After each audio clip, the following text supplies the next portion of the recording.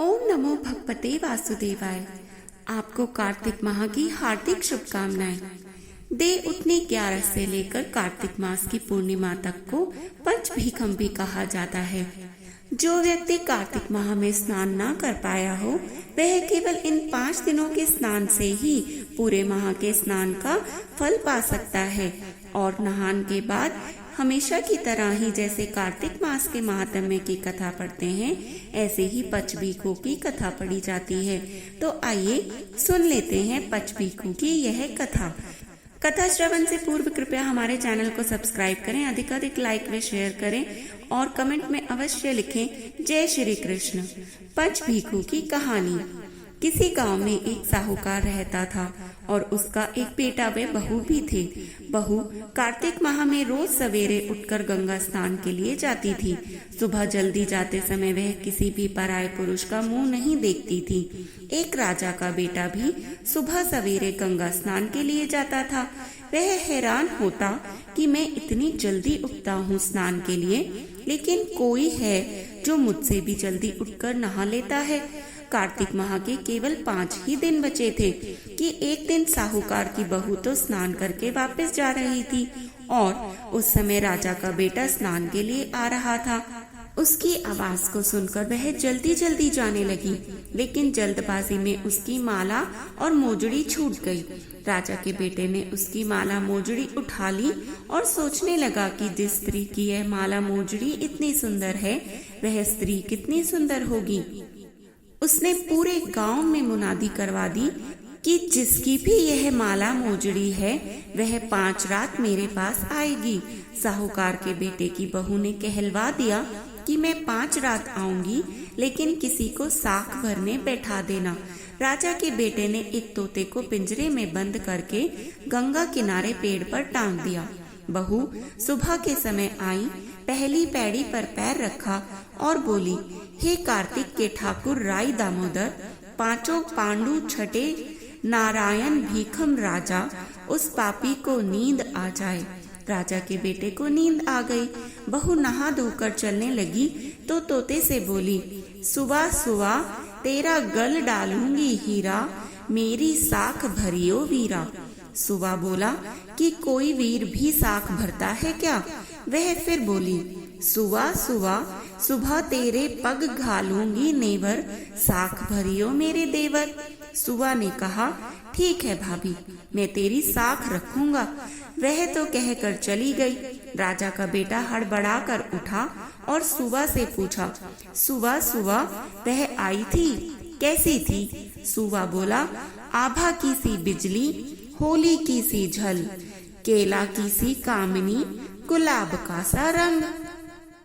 अगले दिन राजा के बेटे ने सोचा कि आज मैं अपनी अंगुली में चीरा लगाऊंगा, इससे मुझे नींद नहीं आएगी।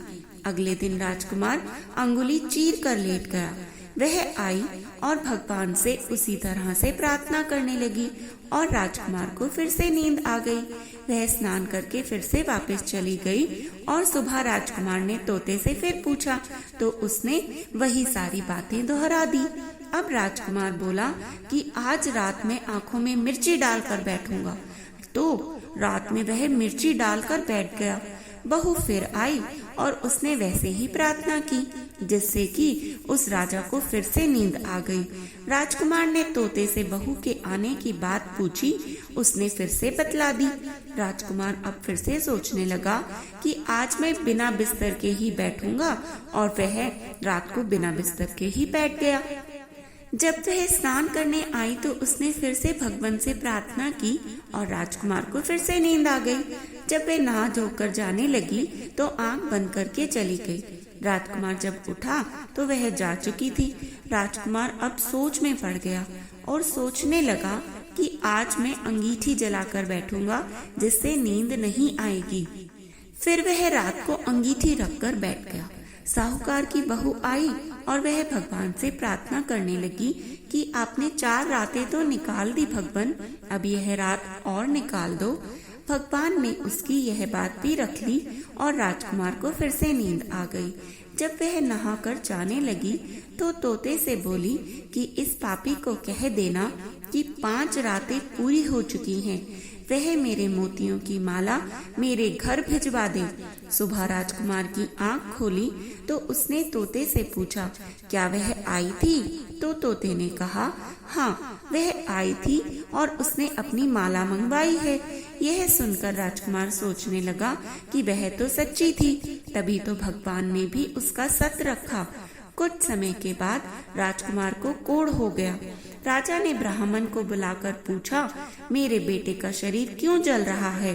ब्राह्मण ने विस्तार से सारी बात राजा को बताई कि इसने क्या किया था।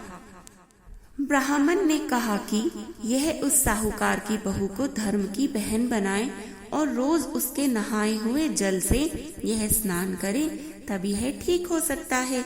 राजा साहूकार की बहू की माला लेकर साहूकार के घर गया और बोला, यह माला आपकी पुत्रवधू की है, इसे लें और आपकी बहू के नहाए हुए जल से मेरे बेटे को नहला दे।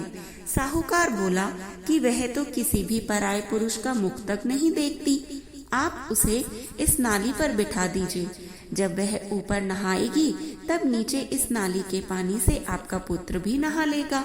राजकुमार ने ऐसा ही किया और कुछ समय बाद उसका शरीर चंदन सा हो गया।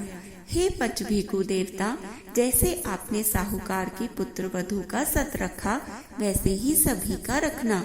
आइए इसके बाद सुन लेते हैं पंचभीकु के स्नान के बाद गाया जाने वाला गीत। पूनो नहाई पड़वा नहाई, 5 रतन पंच तीरथ, पंच भीखम नहाई। 1 टका मेरी गांठ में सुनियो रघुराई, आधे का लाई आंवला आधे की राई। राई दामोदर सांवला जिसने सृष्टि रचाई, राजा के घर उतरी पुत्री बन आई। राजा लाया ब्याह के रानी बन आई, 4 चक्कर 4 मक्कर 4 दिए की लौ।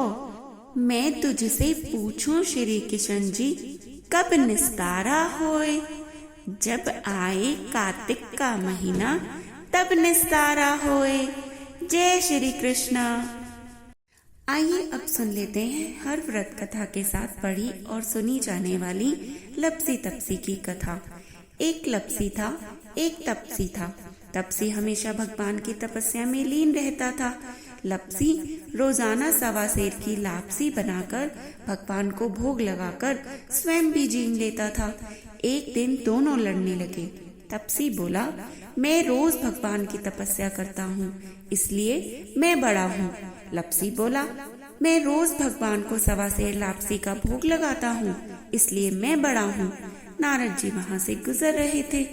दोनों को लड़ता देखकर उनसे पूछा, तुम क्यों लड़ रहे हो? तपसी ने खुद के बड़ा होने का कारण बताया और लपसी ने अपना कारण बताया। नारद जी बोले, तुम्हारा फैसला मैं कर दूंगा। दूसरे दिन लपसी और तपसी नहाकर अपनी रोज की भक्ति करने आए तो नारद जी ने छुपकर 1.25 करोड़ की एक अंगूठी उन दोनों के आगे रख दी। तपसी की नजर जब अंगूठी पर पड़ी तो उसने चुपचाप अंगूठी उठाकर अपने नीचे दबा ली। लपसी की नजर अंगूठी पर पड़ी लेकिन उसने ध्यान नहीं दिया। भगवान को भोग लगाकर लापसी खाने लगा। नारद जी सामने आए तो दोनों ने पूछा कि कौन बड़ा? तो नारद जी ने तपसी से खड़ा होने को कहा। वो खड़ा हुआ तो उसके नीचे दबी हुई अंगूठी दिखाई पड़ी। नारद जी ने तपसी से कहा, तपस्या करने के बाद भी तुम्हारी चोरी करने की आदत नहीं गई, इसीलिए लपसी बड़ा है और तुम्हें तुम्हारी तपस्या का कोई फल भी नहीं मिलेगा। तपसी शर्मिंदा होकर माफी मांगने लगा। उसने नारद जी से पूछा, मुझे मेरी तपस्या का फल कैसे मिलेगा? नारद जी ने कहा, यदि कोई गाय और कुत्ते की रोटी नहीं बनाएगा तो फल तुझे मिलेगा। यदि कोई ब्राह्मण को भोज करवाकर दक्षिणा नहीं देगा तो फल तुझे मिलेगा। यदि कोई साड़ी के साथ ब्लाउज नहीं देगा तो फल तुझे मिलेगा। यदि कोई दिए से दिया जलाएगा तो फल तुझे मिलेगा। यदि कोई सारी कहानी सुने लेकिन तुम्हारी कहानी नहीं सुने तो फल तुझे मिलेगा। उसी दिन से हर व्रत कथा कहानी के साथ लपसी तपसी की कहानी भी सुनी और कही जाती है। हर हर महादेव।